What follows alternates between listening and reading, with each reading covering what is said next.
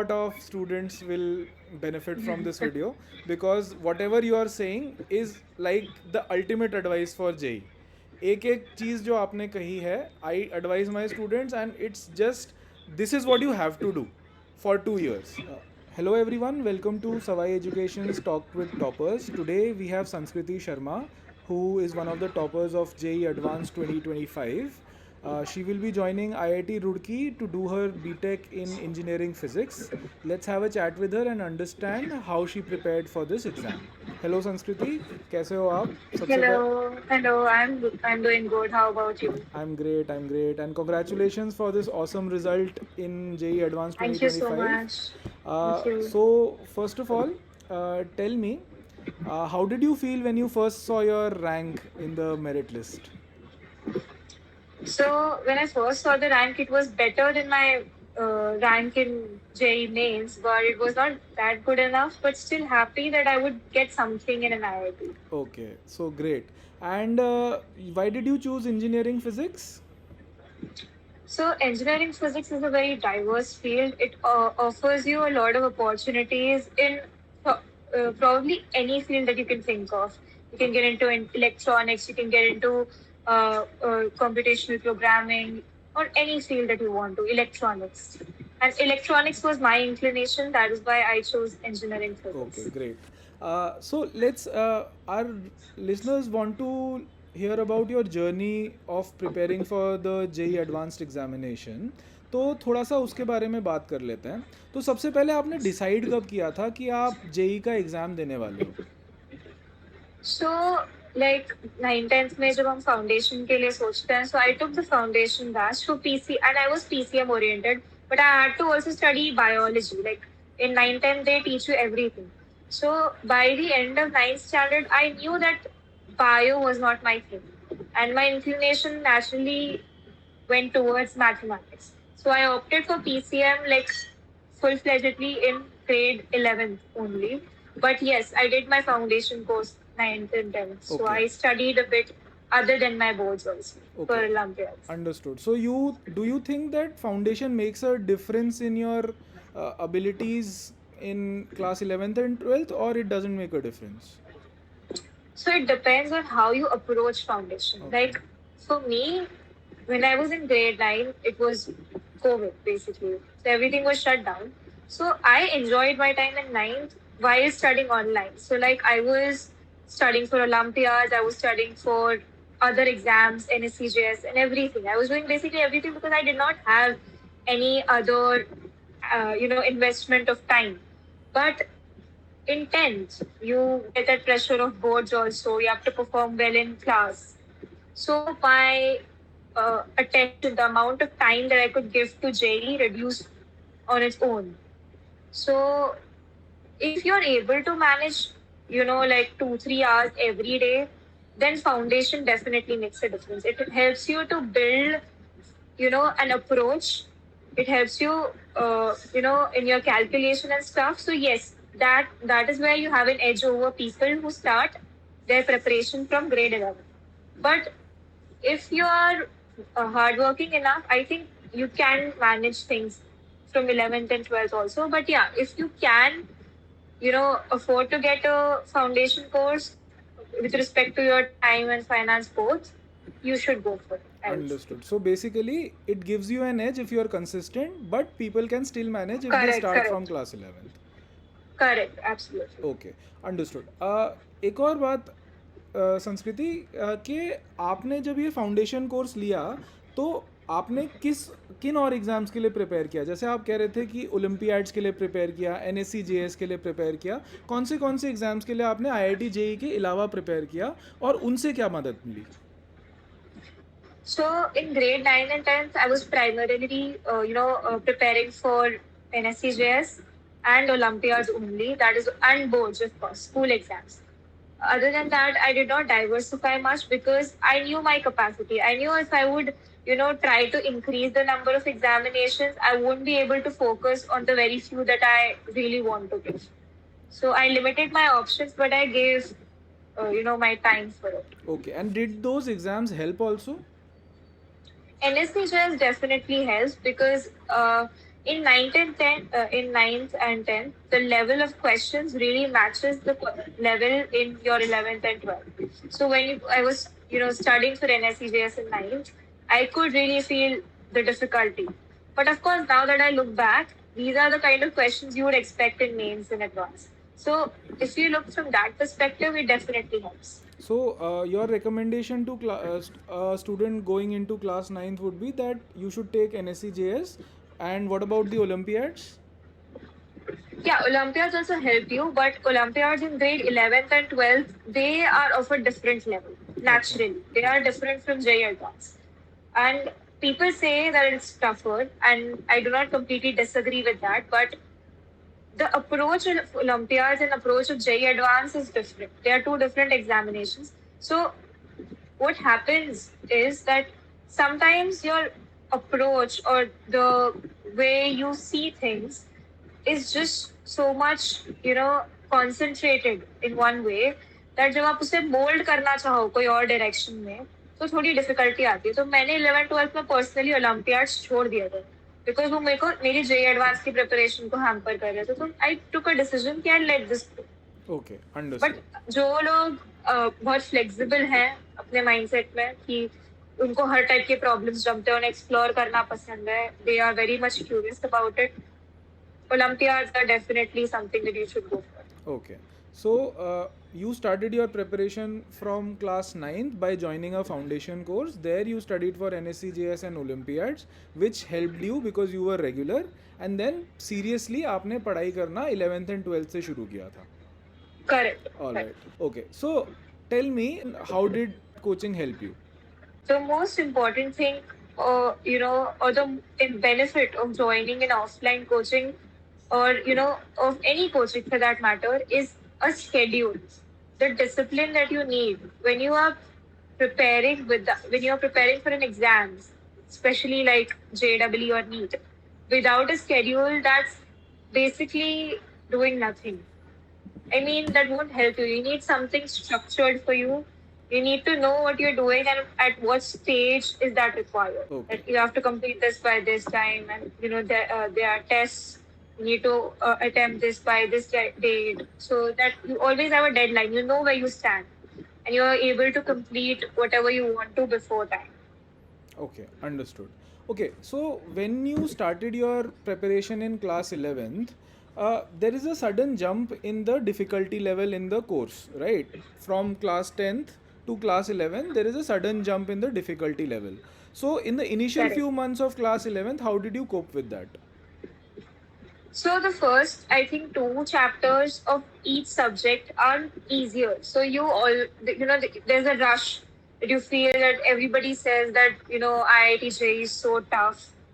मेरे को तो नहीं लग रहा ये तो easy है units and dimensions है vectors है this is easier. But then अचानक से chapters like complex numbers, quadratic equations, then you start motion in 2D, laws of motion. ये जब chapters आते हैं तो आपको अचानक से लगता है कि okay, things are starting to slip out. मतलब अब शायद से कुछ समझ ही नहीं आ रहा. फिर धीरे धीरे करके rotational आता है, and ये सब chapters के बाद आके people lose out confidence. तो मैंने जितना भी थ्रू आउट देखा है not just 11th but also 12th कि आपको एक चैप्टर टफ लग सकता है may be rotational may be fluids but वो एक चैप्टर पूरे एग्जाम का कितना पार्ट है थोड़ा सा ही ना तो मतलब मैं ये नहीं कहती हूँ कि आप सब कुछ छोड़ दो जो आपको टफ लग रहा है यू गिव योर पूरा effort and then just wait मतलब आप कंसिस्टेंटली एफर्ट डालते रहो आपको एंड ऑफ द ईयर जब आप एग्जाम तक लिखने के लिए प्रिपेयर हो जाओगे ना everything will be in place आप वो everything will start making sense because वो अप्रोच 10th के बाद 11th में डेवलप नहीं होती है उतनी जल्दी उसको टाइम देना पड़ता है तो जब तक कभी कभार तो 11th भी निकल जाता है 12th में people actually start to realize कि ओ अच्छा अब समझ आ रहा है ओके अब ये चैप्टर मुझे तब टफ लग रहा था but now it's starting to make sense content वही है इट्स जस्ट दैट आपका the abilities of that you have to think about a problem about a concept would genuinely increase karta hai. Okay, And so that is how that it's is- supposed to be. that is such good advice. That is what I tell my students also. This is this is like amazing that you have this level of maturity at this age only to realize this. You have to work hard consistently, slowly, and over time eventually things will fall into place and you will start Correct. understanding the topics. Understood. That is such great advice, and I'm so happy that people realize, students like you realize this. And this is something that I will show to my students also, that this is how you actually prepare for JEE. Okay, so coming to your study approach, what was your daily Mhm. routine like? So I was in an integrated program, so I had to visit school only 4 days a week. Other time it was just my coaching. So I spent 6 hours, almost 5 to 6 hours in coaching. And I used to come back home and I used to, have my lunch and I used to sit for my studies. There's one habit I would recommend that students should not fall into, and that is sleeping during the daytime. You can, if you nap more than half an hour. Like some people have that kind of body clock that they can nap for half an hour and feel refreshed. In my case, if I nap for half an hour, I would end up sleeping. I would, sleep for 2 hours maybe, and that ruins my sleep schedule because I have to wake up at 5. I have to sleep at 10, and that kind of destroys your productivity also. So I would just advise people to understand what works best for them. They have to, of course, explore like for a week or so. That are you a night owl or can you study during the day better? Wake up at 5 and do your thing. But yes, you'll have to explore. There's no direct formula for this, and but you have to give around. If your coaching and school are different, then it's a bit difficult to manage your self study. You can only manage 2 or 3 hours. But if it's just coaching, then at least 6 hours of self study is what I recommend. And कभी कभार ऐसा deficit भी हो जाता है कि एक दिन से 4 घंटा हुआ, तो जस्ट इंश्योर कि मतलब वो 6 घंटे का सीधा 1 घंटा नहीं हो रहा है, 6 घंटे का 5 हुआ, 4 हुआ, दैट्स मैनेजेबल, आप वीकेंड पे मैनेज करिए. ऐसे just don't drastically drop. Consistency is not कि आप रोज 7 घंटा पढ़ रहे हो. अगर एक दिन 6 हो गया तो आपने एक दिन 8 भी कर लिया, तो मतलब ज्यादा वेरिएशन मत लाना. And otherwise I think that's how you do it. And आप क्वेश्चन सॉल्व करते रहो. एक चीज जो मैंने नोटिस की, जो मैंने भी गलती की थी, कि you prioritize theory a lot. Of course theory is important, theory के बिना आप क्वेश्चंस नहीं कर पाओगे. But if you spend 90% of the time in theory and only 10% of questions, it would not benefit you. So this is the golden rule, I say. She's talking about two big things. It's almost on average 6 hours आपको पढ़ना है. Number 2, आपको ज़्यादातर time question solving पे भी देना है. Because अगर आप Correct. थ्योरी ही करते रह जाओगे तो you won't be able to develop the approach of studying, right? And Absolutely. so all the toppers that I talk about this. So this is highly recommended for all students that theory अच्छी है, करना चाहिए concepts improve करने के लिए, but उतना ही time बिल्कुल. questions को भी देना चाहिए. हाँ, like if you are studying, like for example, अगर आपको एक चैप्टर 15 दिन में पढ़ना है, तो जो आप पहले 2-3 दिन हो, it's okay if you do 90% theory, 10% questions. It's completely fine. Let that thing slip into your head. फिर उसके बाद धीरे धीरे करके you increase the question practice, and by the end 14-15 day आप 80% questions और 20% सिर्फ रिविजन ही करते रहो, तो आपका चैप्टर बहुत thoroughly कवर हो जाएगा. Exactly. And I'm digressing a little bit. While revising, did you revise theory or revise through questions only? So I did revise theory. I had short notes. Okay. So I did not take my class notes. I had short notes. I used to do that for theory. And then if you want to do, I had marked some questions in my module that I used to solve. And the questions, जिसका मतलब concept बहुत easy है. But यार ये आप कभी कभार ऐसे questions के through आते हो, मतलब आप देखते हो कि यार ये question तो मुझे आ सकता था, but ये by approach मैंने कभी सोचा ही नहीं कि मैं ऐसा भी क्वेश्चन बन सकता था. Even though you know the theory well. ऐसा बहुत बार होता है, बहुत सारे चैप्टर्स में होता है जो आपको अच्छे से आते भी होंगे.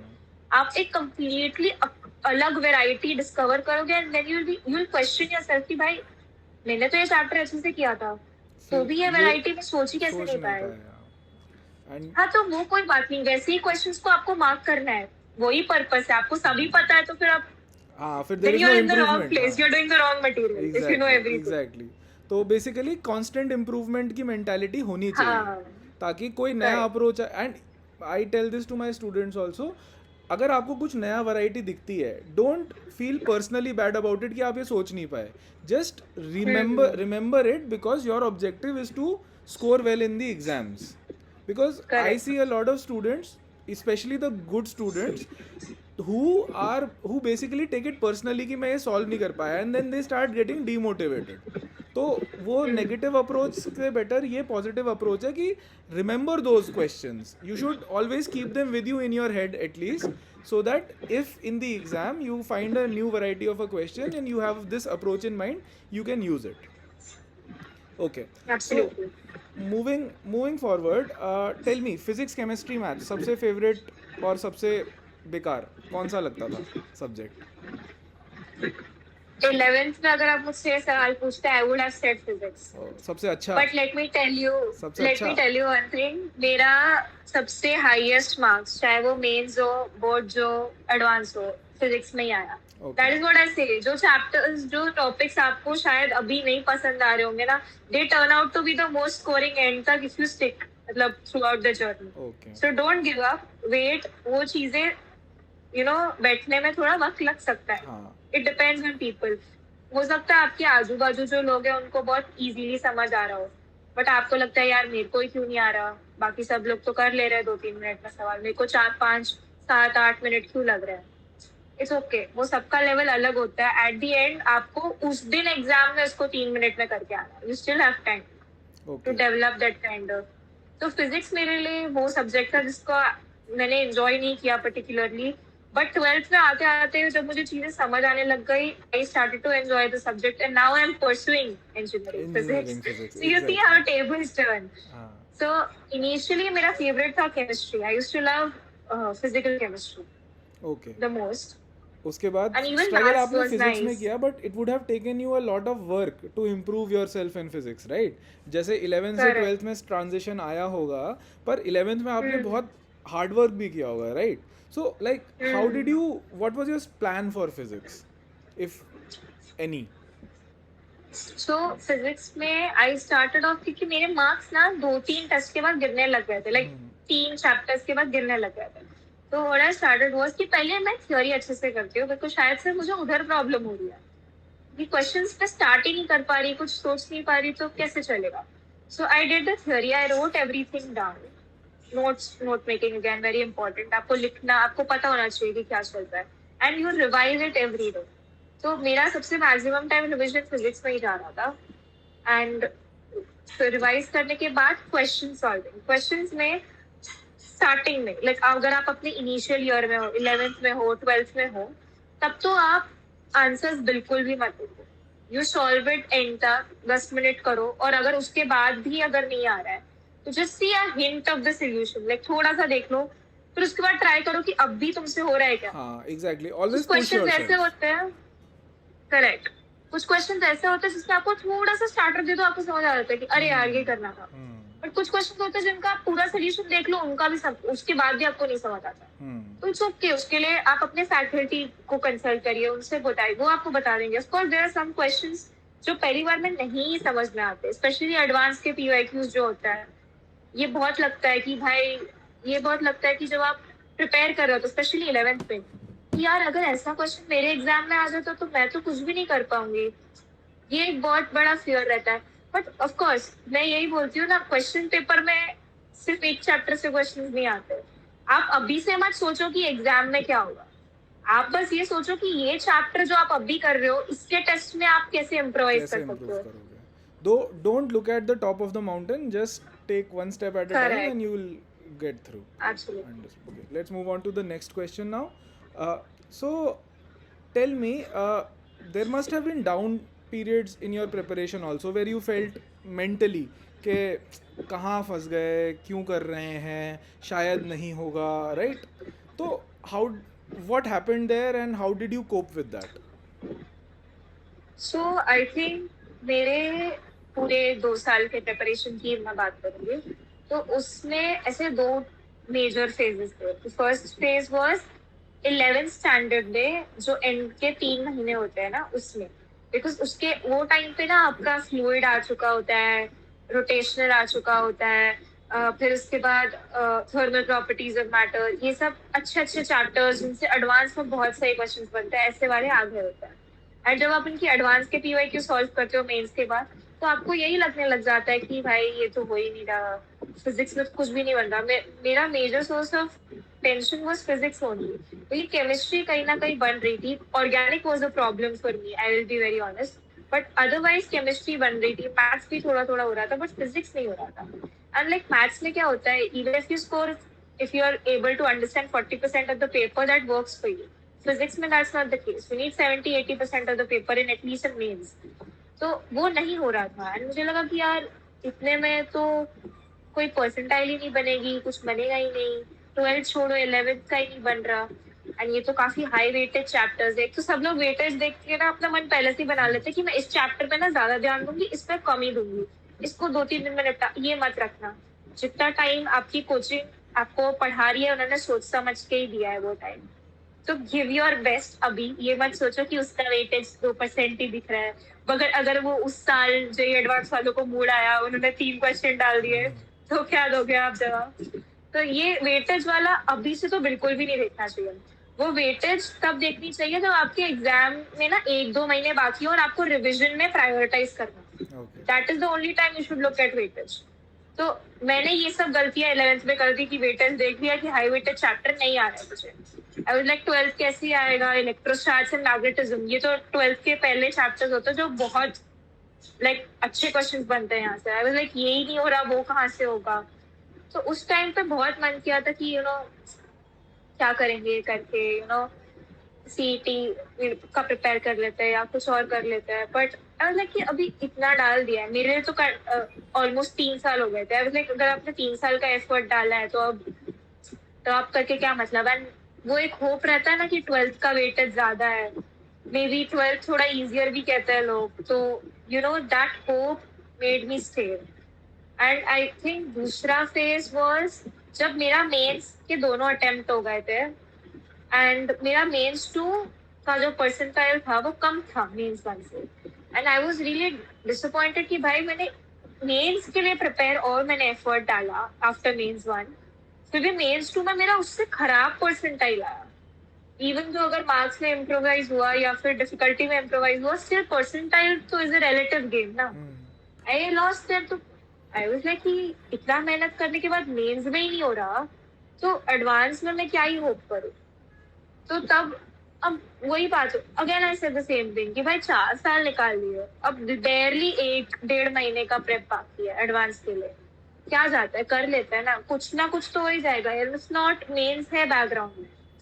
तो आई वाज लाइक कि मेंस है ये बैकग्राउंड में, मैं अभी तो बोल रही हूँ अपने आप को कंसोल करने के लिए, but somewhere on the inside I was still hoping कि मुझे एडवांस में कुछ ना कुछ मिल जाए। तो बट बेसिकली मोटिवेशन नहीं थी काम करने की। हाँ, पर मोटिवेशन तो आपने खुद लाए ना, मतलब it's about keeping your hope alive in any way, right? And keeping on. मतलब अगर आप बीच में होप छोड़ के काम छोड़ दोगे तो फिर सिचुएशन इम्प्रूव नहीं होगी। लेकिन आप काम करते चले गए despite having setbacks also, right? तो that is it. 2 year journey में bound to be there are, मतलब setbacks are going to be there in everybody's preparation. ऐसा तो नहीं है कि किसी बच्चे की प्रेपरेशन एकदम परफेक्ट जा रही है, कि वो कभी डाउन टाइम आ ही नहीं रहा है उसका, कि नंबर खराब आ ही नहीं रहे हैं। ऐसा या तो सिर्फ शायद टॉप 10 रैंकर्स के साथ होता होगा, अदरवाइज जितने भी लोग हैं उनके साथ कभी ना कभी अप एंड डाउन तो आएंगे ही सबके लाइफ में। तो आपको बस काम करते चले जाना है, right? Understood. Looking for the best IIT JEE and NEET coaching? Join Savai Education in Greater Noida West, Gaur City 2, run by IIT Bombay alumni. A couple of questions. What was any special books that you used apart from your coaching material? I actually spent most of my time with coaching material only, because I'll tell you the reason. They have any coaching material you refer, they pick the best kind of problems from each of those special books, so that you get a flavor of everything, but that is relevant to your syllabus also. Because when sometimes you solve good level books, like there's Irodov or there's Anavasti, or Anavasti is still for mains, but still when you solve some good books, there are some kind of topics or some variety of questions that are not relevant, but you end up spending time on them thinking कि भाई ये सब तो हो गया था, ये question क्यों अटक रहा है, ये टॉपिक क्यों अटक रहा है, maybe it's not relevant for your JL. So to avoid spending much time, I referred to my coaching material only, and we, apart from our modules, we also had other books that were full of questions only and solved examples. So I used that. Primarily अपना coaching material पे trust करो और उसी को करो, उतना कर लिया तो भी अच्छी रैंक आ जाती है जेई में, right? Correct. And PYQs for sure. Like मेरे कोचिंग मटेरियल में 5 साल के PYQs ही थे. इफ यू पहले वो खत्म करो एंड उसके बाद अगर टाइम मिलता है, गो बैक मतलब trace your part of. So coaching material and PYQs must be done. Understood. Correct. And let's get to the revision phase. उसमें आपने mock tests दिए होंगे और not. How important are mock tests in your preparation? Very important. I would say mock test जो आपके coaching करवाता है, जो जिसमें होता है ना कि 2 चैप्टर्स पर सब्जेक्ट, वो तो आपको वो डेडलाइन, वो 3 दिन का विंडो देते थे, उसमें करना ही है. But full syllabus mock test का एक बहुत डिबेट मैंने ऑनलाइन भी देखा मेरे प्रिपरेशन के टाइम पे कि लोग करते रहते हैं यूट्यूब कमेंट्स वगैरह में. आई वुड से आपका जैसे सिलेबस खत्म हो या ना हो, इफ योर मेंस का exam is in Jan last week, you should start giving mocks from November, mid-November. Okay. Full syllabus. आता हो नहीं आता हो, क्या होगा ज्यादा से ज्यादा 100 मार्क्स आएंगे, 50 मार्क्स आएंगे, ठीक है, कोई बात नहीं. पहले टेस्ट में आ रहे हैं ना, आप जैसे जैसे आपका बैकलॉग कवर करोगे, जैसे जैसे और रिवाइज करोगे, जैसे जैसे आपको पैटर्न समझने आने लग जाएगा, तभी आप थोड़ा डेवलप करोगे ना. बिकॉज ये मैंने जैसे पहले भी बोला, ये वेटेज का जो हम करते हैं, जैसे कि ऐसे कुछ चैप्टर्स थे जो मुझे, जिसमें मैं स्कोर नहीं कर पाती थी, no matter how hard I try. जैसे रोटेशनल था, फ्लूइड मैकेनिक्स में मेरी रोटेशनल से भी ज्यादा प्रॉब्लम होती थी. तो उस चैप्टर के टेस्ट में ऐसा भी हुआ है कि मुझे 100 में से 20 नंबर ही आए या फिर 30 नंबर ही आए. तो वो बहुत सेटबैक था ना कि भाई सॉलिड्स में अच्छा आ रहा था, थर्मल प्रॉपर्टीज में अच्छा आ रहा था, बट फ्लूइड्स में गिर गया. तो चैप्टर वाइज टेस्ट देख के डीमोरलाइज बहुत जल्दी होता है. But when you get full syllabus ना, you get a taste of everything. And आपको 180 minutes मिलते हैं, and आपको हर 75 questions में से आप हर चीज देखते हो, and आपको हर चीज attempt नहीं करनी होती है. आपका first goal is to maximize your potential. Exactly. Of course aim आप करो 300 का, but वो 300 का aim करने के चक्कर में you are spending the time on the questions जो those are not meant to be solved within 5 minutes. उसमें लगेगा 10-15 minute for a normal person to solve. अगर आपको ट्रिक नहीं मालूम, ऐसे भी बहुत क्वेश्चंस होते हैं. तो आपको मॉक टेस्ट से सबसे बेस्ट ये समझ आता है कि आपको टाइम कैसे स्पेंड करना है. अंडरस्टूड. कि ऐसे बहुत लोग बोलते थे कि you spend 45 minutes on chemistry, then 1 hour on physics, बाकी मैथ्स. इट्स नॉट इम्पोर्टेंट कि आप 45 मिनट्स केमिस्ट्री को दो. वो लेवल, कभी कभार केमिस्ट्री बहुत अच्छी लेवल की आ जाती है, बट मैथ्स इजी कर देता है. मेरे मेंस का जो सेकेंड अटेम्प्ट था ना, it was first day first shift, उसमें यही हुआ. The chemistry was better, the physics was better, but maths was super easy. And लोग क्या करते हैं ना, वो फिजिक्स केमिस्ट्री में अपना मेजॉरिटी टाइम निकालते हैं thinking of the fact that maths में मेरे को 30-40 मार्क्स मिलकर मेरी 99 परसेंटाइल बन जाएगी. उस पेपर में आई गेस अराउंड 60 मार्क्स पे 99 परसेंटाइल बनी है मैथ्स में, जो ऑन एन एवरेज 40-45 पे बनती थी. तो ये माइंडसेट लेके मत चलो कि मेरे को फिजिक्स में इतना देना है, केमिस्ट्री में इतना देना है, मैथ्स में इतना देना है.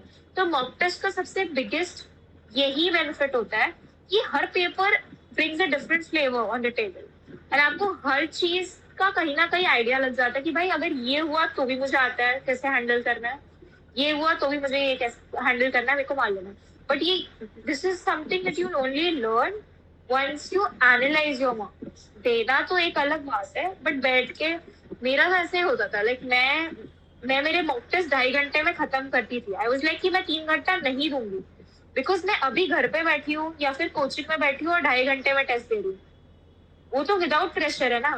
एग्जाम में वो आधा घंटे का बफर रखना जरूरी है. तो आई वुड ऑलवेज से कि 2.5 घंटे में पेपर अटेम्प्ट करो अपना, एंड मेरा ऑलमोस्ट 3 घंटा उसको एनालाइज करने में जाता था कि शायद अगर मैं इस क्वेश्चन पे टाइम वेस्ट नहीं करती एंड मैंने वो इस क्वेश्चन में डाल दिया होता तो मेरे 2 सही हो जाते. -1 की जगह +8 हो जाता. Very nice. I'm So you so start happy. exploring. Yeah, I'm so happy when I listen to kids actually analyzing their mock tests, and whatever you're saying हाँ. is the way to go. When I'm listening to you, it's like all the advice that I give my students, I am listening from you, and this is making me so happy. It makes me happy because you are so smart that you've realized this all by yourself at such a young age. Whenever now, when you're going to go and do some big projects in the real world, you will be able to structure those thoughts accordingly ना. तो JEE भी एक छोटा project तो था नहीं. In that you have been able to think about these small things, create a plan, create a strategy. Now this is going to help you a lot in the real world also. तो ये analytical Correct. Ability अपनी बना के रखना, जिससे कि मतलब बड़े होके मतलब और जब अच्छी जॉब वॉब करोगे तो उसमें हेल्प मिलती है. Okay, so last couple of question. तो any advice that you would like to give future aspirants, mistakes to avoid or suggestions to on how to improve your preparation? Okay. So there are a couple of them. First one, people underestimate chemistry because it's the easiest of all. Let me tell you, chemistry is a subject. उस पे अगर तुमने जैसी नजर हटनी चालू हो गई ना, it will get back at you. Especially organic. Organic में एक बहुत regular, consistent effort लगता है ताकि चीजें समझने आने लग जाए. Like once you start understanding organic ना, तो फिर तो ऐसे क्वेश्चन सॉल्व होते हैं because like literally वो आपसे नेम रिएक्शंस के ऊपर कुछ पूछ लेंगे या फिर कुछ हमारे जेई एडवांस के इस साल के पेपर में भी है नेम रिएक्शन पे ही क्वेश्चन और उन्होंने थोड़ा ट्विस्ट करके पूछ लिया. बट अगर आपको नेम रिएक्शन आता ही नहीं है, ट्विस्ट करके पूछा हो, सीधे करके पूछा हो, क्या मतलब है? सो एक टाइम पे आपको वो डेवलप करने में थोड़ा टाइम लगता है. ऑर्गेनिक इसीलिए दिक्कत देती है बिकॉज उसमें वक्त लगता है बैठने में उसको. एंड कुछ चैप्टर्स है जो यूजुअली लोग इग्नोर करते हैं. मेटलर्जी है जैसे कि एंड क्वालिटेटिव एनालिसिस, ये दोनों मैंने पर्सनली एक्सपीरियंस किया, काफी प्रॉब्लम देते हैं बिकॉज इनके क्वेश्चंस बहुत स्ट्रेट फॉरवर्ड आते हैं पेपर में. They are not twisted. But the thing is उसमें इतना याद करने के लिए है ना कि यू स्टार्ट गिविंग अप कि भाई ये कौन करेगा, एक क्वेश्चन के लिए इतना क्या मेहनत. बट वो एक क्वेश्चन बहुत वैल्यू रखता है, वो अब नहीं समझ आता value of preparing for it. वो जब तुम एग्जाम हॉल में बैठ के एक ही क्वेश्चन के लिए तरस रहोगे ना कि एक और हो जाए एक और हो जाए, तब समझ आता है उसके एक क्वेश्चन का वैल्यू. अंडरस्टूड. मैं बताता हूँ मेरे जेई के टाइम पे मैंने एनसीईआरटी में केमिस्ट्री में इनऑर्गेनिक में ये पढ़ लिया था कि कॉपर का कुछ कलर होता है. I don't remember now, but ठीक है. कॉपर आई थिंक ब्लू होता है ना, कॉपर के आयंस का. तो and then I saw question, वो इनऑर्गेनिक का ही क्वेश्चन था, वो पैसेज था, वो एक पैसेज से रिलेटेड 3 क्वेश्चंस थे उसमें. बस because I knew that fact कि कॉपर शायद ब्लू होता है, I could answer all 3 questions. तो and that gave me 12 marks +4 होता चला गया. तो दिस इज द डिफरेंस. अगर आप कोई चैप्टर इग्नोर ना करो तो छोटे छोटे फैक्ट्स भी कई बार आपको हेल्प कर देते हैं. एंड बहुत ज्यादा. Apart from chemistry, second fact, advance के लिए अगर आप एडवांस ओरिएंटेड प्रिपरेशन कर रहे हो तो आपका हर चैप्टर ना कहीं लिंक्ड आता है. एक चैप्टर से सीधा क्वेश्चन आया, ऐसा बहुत रेयर होता है. तो अगर आप थोड़े ब्रॉड बेसिस पे देखो, आपको हर क्वेश्चन का एनालाइज करना आना चाहिए. हर क्वेश्चन का एनालाइज करना आना चाहिए कि इसने पूछा कौन से चैप्टर से, उसने कहाँ से कहाँ लिंक कर दिया. मतलब इतना एक बार आप क्वेश्चन पढ़ के खुद you praise the person who frame this question कि भाई क्या सही क्वेश्चन बना है. ऐसा बहुत बार हुआ था. You take a moment to appreciate that amount of effort that a person has put. So ये चीजें यू हैव टू, ये प्रैक्टिस से ही बैठती है कि you won't be afraid from seeing next question. Like हाँ, उसने गैटोमैन रिएक्शन से उसने मोल कॉन्सेप्ट को लिंक करके इक्विवेलेंट वेट करके, मतलब उसने रेडॉक्स भी ले लिया, मोल कॉन्सेप्ट भी ले लिया, ऑर्गेनिक में उसने अमाइंस चैप्टर भी ले लिया, उसने सब कर लिया. तो इंटरकनेक्टेड होता है. इसकी आदत आनी चाहिए. एंड ये केमिस्ट्री में सबसे ज्यादा होता है, आई हैव नोटिस्ड. क्योंकि हम कहीं ना बाइफर्केट करके चलते हैं कि फिजिकल तो अलग है, इनऑर्गेनिक तो अलग है, ऑर्गेनिक अलग है. केमिस्ट्री एक ही होती है. तुम्हें सब एक साथ लिंक करके चलना आना चाहिए. ऐसे बाइफर्केशन मत करना कभी भी. ये एक पर्सनल एडवाइस. तीसरा, आई वुड से कि वही डोंट गिव अप। चीजों को बैठने में थोड़ा टाइम लगता है, हो सकता है किसी और के लिए 2 महीने में बैठ जाए, तुम्हें 3 लग जाए, that's not a problem, that's just how things are for you, and उसमें कोई प्रॉब्लम नहीं है। तुम्हें 2 साल मिलते हैं, 24 months ऑलमोस्ट, चलो उसमें से भी 4-5 महीने हटा दे, 20 महीने तो मिल रहा है ना। सो आपको स्ट्रक्चर्ड वे में चलना है, कोई बात नहीं 1 महीने में नहीं हो रहा, 2 में नहीं हो रहा, थोड़े टाइम में होने लग जाएगा। So the ability to just hold on, मतलब लाइक गिव अप ना करना भी बहुत बड़ी बात होती है, नहीं, कि very कुछ ना good. कुछ तो कर ही लोगे आज। Very nice, very nice. Such nice advice, such maturity from 17, 18-year-old kids is good to see. Thanks a lot, Sanskriti, for your time. It was so Thank you. good to talk to you, understanding how you prepared for JEE. A lot of students will benefit from this video because whatever you are saying is like the ultimate advice for JEE. एक एक चीज़ जो आपने कही है, I advise my students and it's just this is what you have to do for 2 years. Of course, doing it is not easy, and you've put in the hard work, and now you're going to reap the rewards. I just hope that you do great things in life. You do great things in IIT Roorkee first. Study hard, work hard, go conquer the world after IIT Roorkee now. I hope Thank you and so wish you all much. the Thank best. you. It was a pleasure talking to you. Thank you. Thanks.